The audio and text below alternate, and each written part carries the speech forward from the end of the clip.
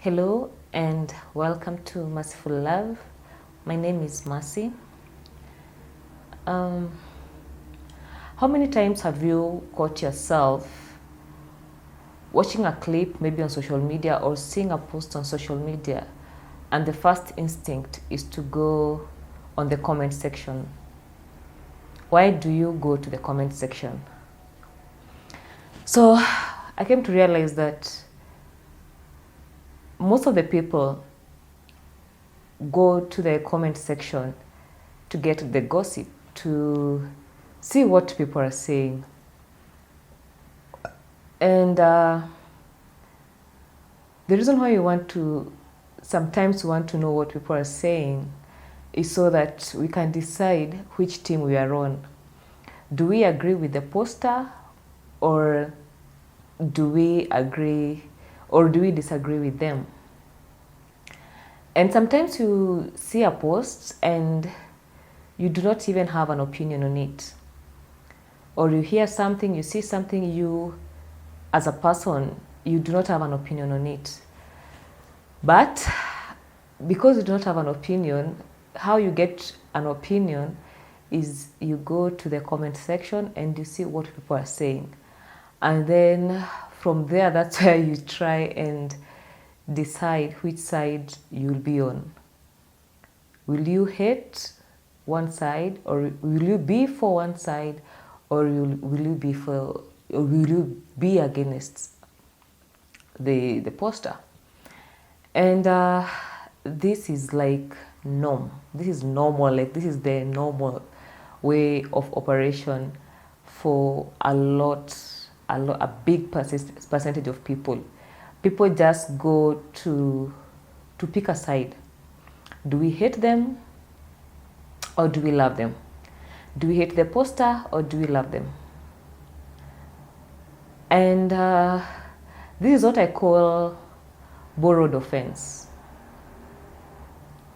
Meaning, you are not offended yourself by the event. You're not offended. So what do? You go and look for a reason, on the comment section, what people are saying. You go and look for a reason now to be offended. And when you're offended, what happens? You throw some negativity. You grow some negativity inside of you, because that's the starting point. You have, first of all, to feel it before now you say it or you share it. And I find that to be unhealthy. It is not good for you.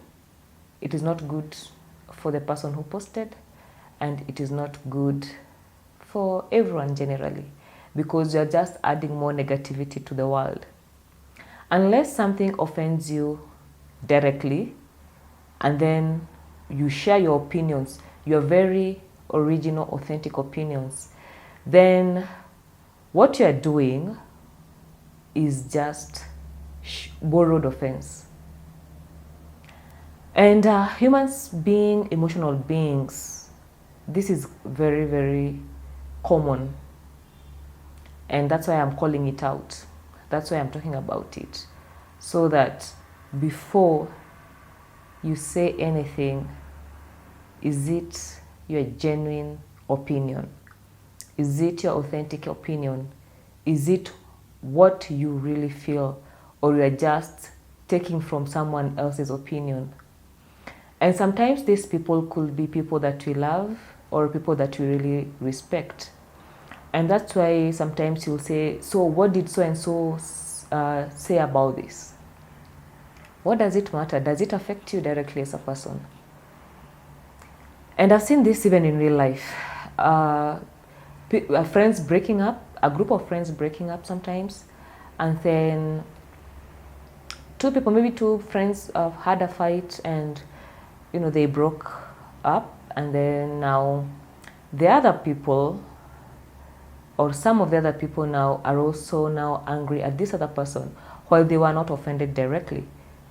They just are angry at the person because the call, or the one person is angry at them. Or in families, you find that two family members do not agree, and then the whole family is now divided, or the family now does not meet, does not come together because of this issue, while you are not offended directly. So why do you hate that person? You do not know exactly what happened. You do not know their karma. You do not know why they are fighting now. Maybe they've been fighting for years, for lives, I mean. So they have this fight they have carried from previous lives. You are not part of it. But now you have borrowed the offense, and now you do not talk to that person. Reason being, they hurt, or they had an altercation with someone that you know, or someone that you're close to. And I think it's not healthy. It's not healthy. And instead of maybe you trying to bring peace, when you take borrowed offense, when you engage in these fights, when you engage in this separation, when you engage in this rejection, when you engage in this negativity, you are not adding any value. The fact that you are not part of the fight creates an opportunity for you to be a peacemaker, because when you choose a side, it means you are fighting something, and you are fighting this person that you do not know about. You do not know their side of the story. It's okay to love people, but you also need to use your head sometimes. No one is perfect. The person that you think could be on the right, sometimes they are not. And it doesn't matter who is right, who is wrong. People hurt each other sometimes. And choosing a side does not help. And choosing a side, especially when you are not directly affected, is even worse. You are not doing anybody any justice. Because now you are even unhappy, you even create that energy of not being happy around that person, while you could have chosen now not to be part of the mess. You do not know their story. You do not know why that altercation had to happen between them. And that's why, like, gossip is one of the cardinal sins, one of the terrible sins, because when you gossip, you are talking about someone's negativity to another person who did not have that experience with them. And when you gossip, you'll definitely leave out some information or add some information at one point. All for the reason to make this person that you're talking about look either good than they are or worse than they are. And most of the time, we all know when people gossip, they want to make that person look worse than they really are.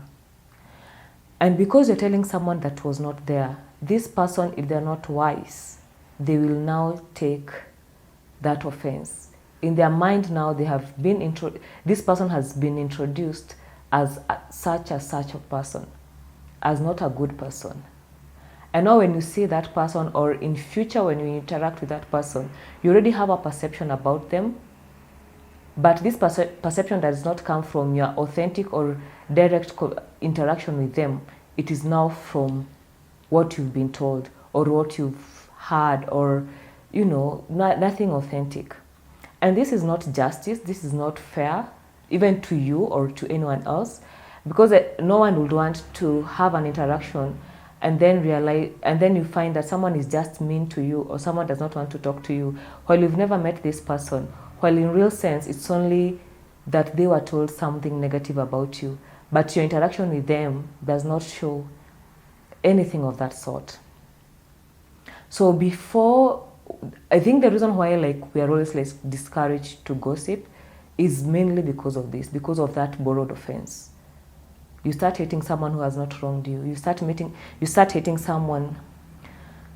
I think the reason why gossip is discouraged is because most of the time you start hating people while they have not hurt you.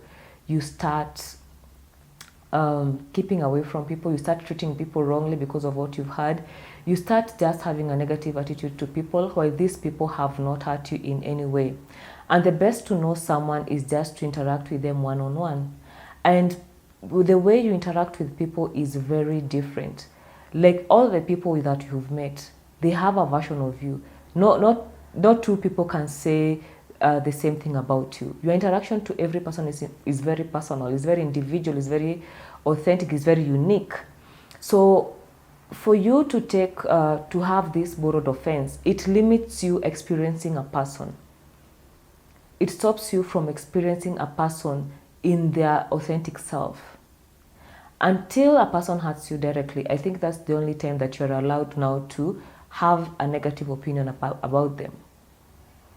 But this thing of now hating someone because of something you've heard or something you've read, how many times have people been wrong? How many times have people lied about other people? How many times have people been framed?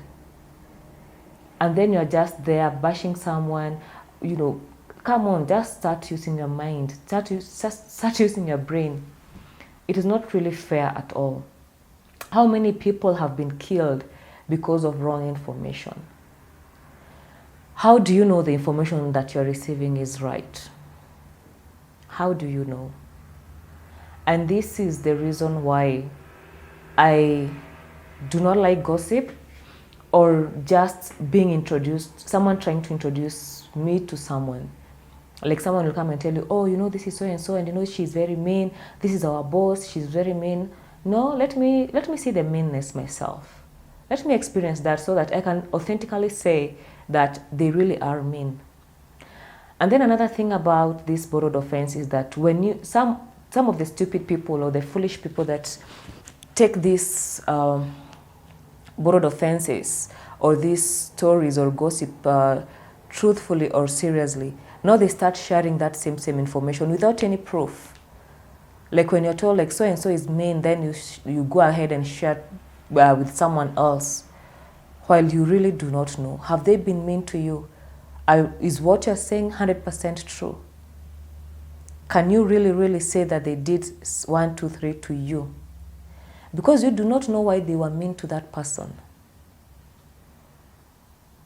So I find this is to be something very important, like something that we should look into before you speak, before you share information about someone, especially something negative. Are you 100% sure that you experienced that what you're saying is 100% true? Is it your own personal experience, or is something that you had, something that you do not have proof about? As you're going to meet that person, your attitude, is it based on being neutral or what you've heard from someone else? How you treat that person. Do you treat them like that because of what you've heard or of what you know? Have you talked to them? Have you interacted with them? What's your personal experience with them? And I believe when we start operating in this manner, there'll be less judgment in the world, there'll be more love, there'll be more kindness, there'll be more compassion. Give people a benefit of doubt. Give people the benefit of doubt. If you do not know something, you do not know. If you know something about someone, yes, you can caution, but don't make it like you are campaigning against that person. And when someone is campaigning against a person to you, use your brain and try and understand, try and have an experience with that person before you now decide to treat that person a certain way, or before you start sharing information about that person. Don't allow people to introduce people to you. Have a one-on-one experience. Because one man's meat is another man's poison. They might not like each other, but you just might like each other, you just might vibe. So you are limiting yourself, you are denying yourself an experience with that person. You do not know why this person is in your life. And then you deny yourself an experience with that person because of something that you've been told. Denying yourselves family reunions because of something that was said or something that you were told was said. How many families do not come together? How many families do not meet anymore because, your mother said, my mother told me your mother said this, or my father told me this and this, or my brother said. How many relatives do not talk to each other? So leave that alone. Drop it. Experience people. Give people a chance. Anyone. The same way you'd like to be given a chance, give people a chance. And you see how it goes.